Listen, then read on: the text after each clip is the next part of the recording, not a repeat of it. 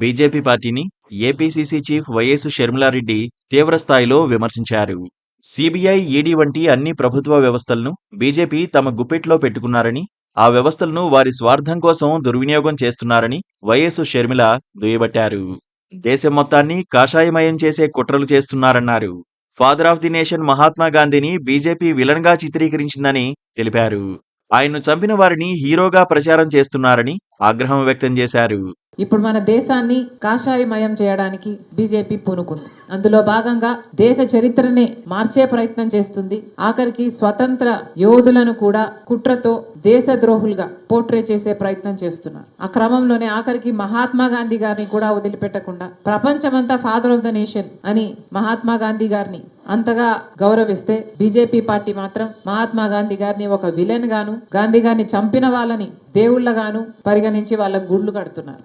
అహింసా మార్గానికి భిన్నంగా హింసా మార్గం వైపు బీజేపీ పాలన సాగుతుందన్నారు. అంబేద్కర్ను కూడా వదలకుండా అసత్యాలు ప్రచారం చేస్తున్నారన్నారు. సమాజంలో జస్టిస్, సమానత్వం ఉందంటే అంబేద్కర్ రాజ్యాంగం కారణమని చెప్పుకొచ్చారు. ఆయన్ని కూడా పార్లమెంట్లో ఎంత హేళన చేశారో చూశామన్నారు. దళితులంటేనే చిన్నచూపు బీజేపీకని విమర్శించారు. కులగణన విషయంలో కూడా బీజేపీ ప్రజలను మోసం చేసిందన్నారు. రాజ్యాంగాన్ని అమలు చేయాలనే కాంగ్రెస్ పోరాటం చేస్తుందని తెలిపారు. ఏపీలో బీజేపీ అంటే బాబు, జగన్, పవన్ అనేది తేలిపోయిందన్నారు. బీజేపీ రాష్ట్రానికి ఎంత అన్యాయం చేసినా వీరు ముగ్గురు మాట్లాడరన్నారు. అంబేద్కర్ను అవమానించిన బీజేపీ క్షమాపణ చెప్పాల్సిందే అని వైఎస్ షర్మిల డిమాండ్ చేశారు.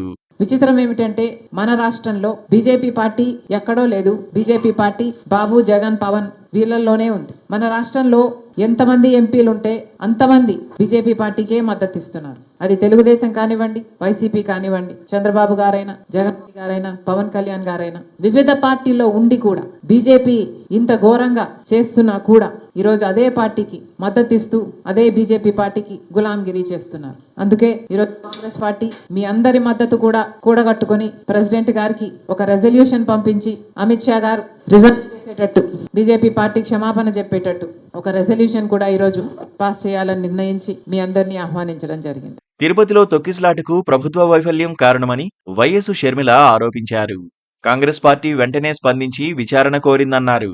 ఉన్నత స్థాయి విచారణ చేసి బాధ్యులైన వారిపై చర్యలు తీసుకోవాలని డిమాండ్ చేశారు. ఇటువంటి ఘటనలు పునరావృతం కాకుండా చూడాలన్నారు. లడ్డూ వివాదం తరహాలో ఈ ఘటనపై కూడా చంద్రబాబు సీరియస్ గా చర్య తీసుకోవాలన్నారు. భద్రతాపరమైన లోపాల వల్లే ఈ తొక్కిసలాట జరిగిందనేది వాస్తవమన్నారు. అంతమంది వచ్చిన సమయంలో ఎన్నో జాగ్రత్తలు తీసుకోవాల్సిందని, ఈ ఘటనకు ప్రభుత్వమే పూర్తి బాధ్యత వహించాలని అన్నారు.